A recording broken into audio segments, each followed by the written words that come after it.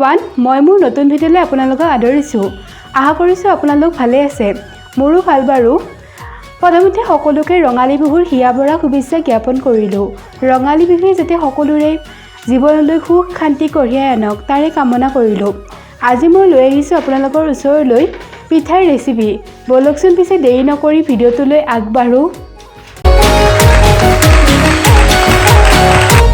প্ৰথমতে মই দুটা কণী ভালদৰে ভাঙি 1 মিনিটমান সময় ভালদৰে গুলি ল'ম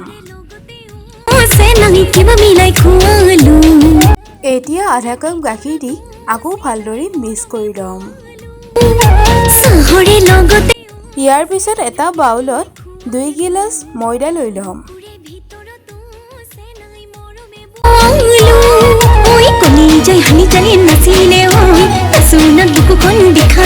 এতিয়া জোখমতে নিমখ দি উঠি গোটেইখিনি ভালদৰে মিক্স কৰি ল'ম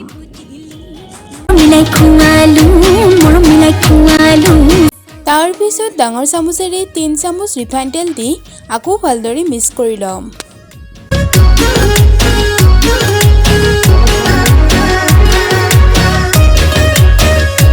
বনাই থোৱা কণী আৰু গাখীৰৰ মিশ্ৰণখিনি অলপ অলপকৈ দি ডো এটা বনাই ল'ম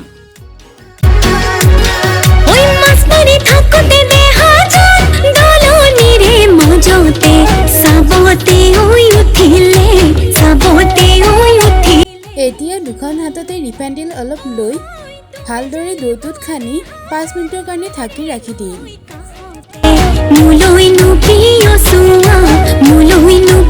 5 মিনিট পিছত ডোটো আকৌ এবাৰ ভালদৰে লৰাই ল'ম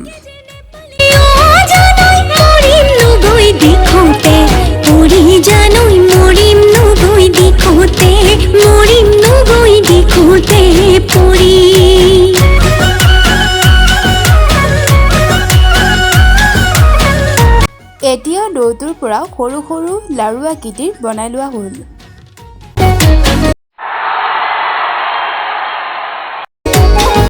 এতিয়া বনাই লোৱা লাৰু এটা ভালদৰে বেলি তাতে অলপমান নাৰিকল দি ভালদৰে গোল কৰি কল আকৃতিৰ বনাই লোৱা হ'ল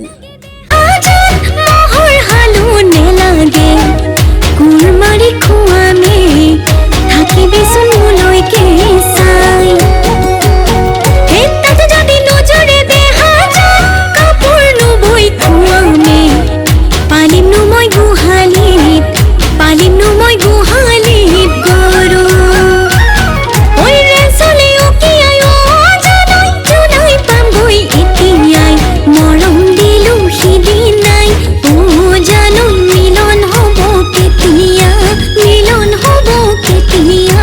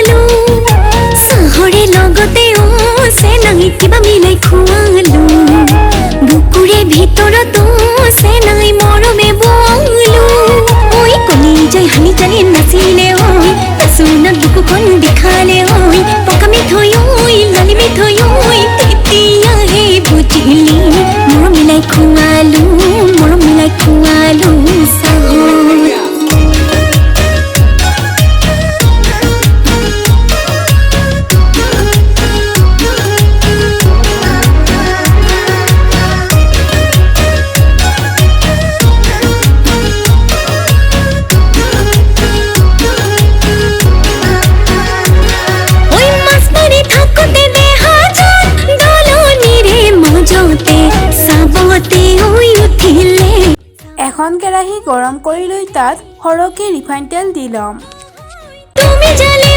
তেলটো অলপমান গৰম হওঁতে আমি পিঠাখিনি দি দিম। তেলটো আমি বেছি সময় গৰম হ'ব নিদিওঁ, বেছি সময় গৰম হ'লে পিঠাখিনি ফুটফুটীয়া হৈ যায়। কম জুইত পিঠাটো লাহে লাহে ওলোটাই ভাজি থাকিম।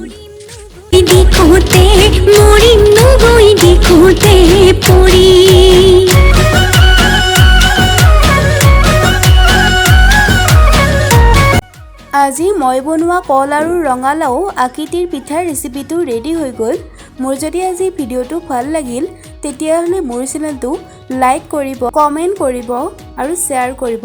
আৰু যদি মোৰ চেনেল কোনোবা নতুন হয় তেতিয়াহ'লে মোৰ চেনেলটো ছাবস্ক্ৰাইব কৰিব। Thank you everyone.